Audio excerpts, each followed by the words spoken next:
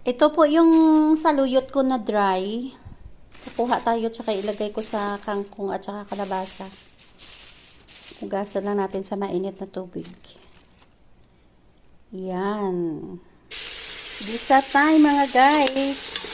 Ang kalabasa at saka lentils pinagsabay ko kasi ang lentils hindi matigas katulad ng mugo. Mabilis lang siya. Takpan natin. Now, maglalagay na ako ng asin, paminta at saka turmeric. Ayan na siya. Lagyan na natin ng tubig. Gusto ko malalaki ang bawang kasi masarap.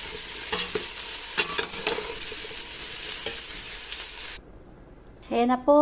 Hintayin natin kumulo. Tapos, pag naluto na, ilagay natin yung saluyot na dry. Ito na siya. Saluyot ko. Pagkatapos ng saluyot, lagay na din natin yung kangkong. Yun lang ang aking pagkain ngayon. Thanks for watching. While waiting sa ating niluluto, pahangin tayo muna sa labas at mag-inom ng cinnamon at rochelle. Yummy! Maasim-asim. Nababango-bango. Maganda to. Bumababa yung blood pressure ko. Habang naghihintay ako ng aking niluluto, kulso, tinatapos ko yung aking lavakara. Panghilod natin. Masarap nito sa likod, oh. Nilagyan ko ng handle para mahawakan ko yung dalawa.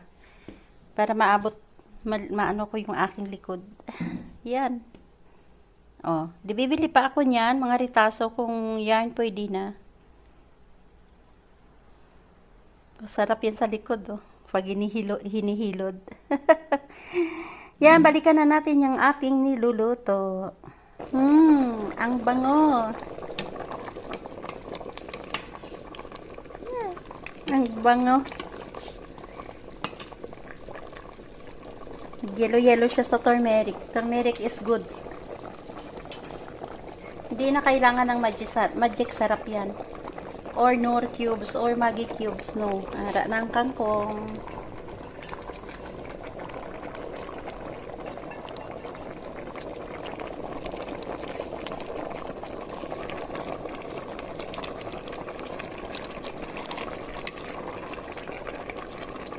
Kailangan lutuin ko talaga yung kangkong kasi mahina yung panunaw ng tiyan ko. Hindi ako matunawan. Kailangan luto. Yan, thanks for watching my gulay.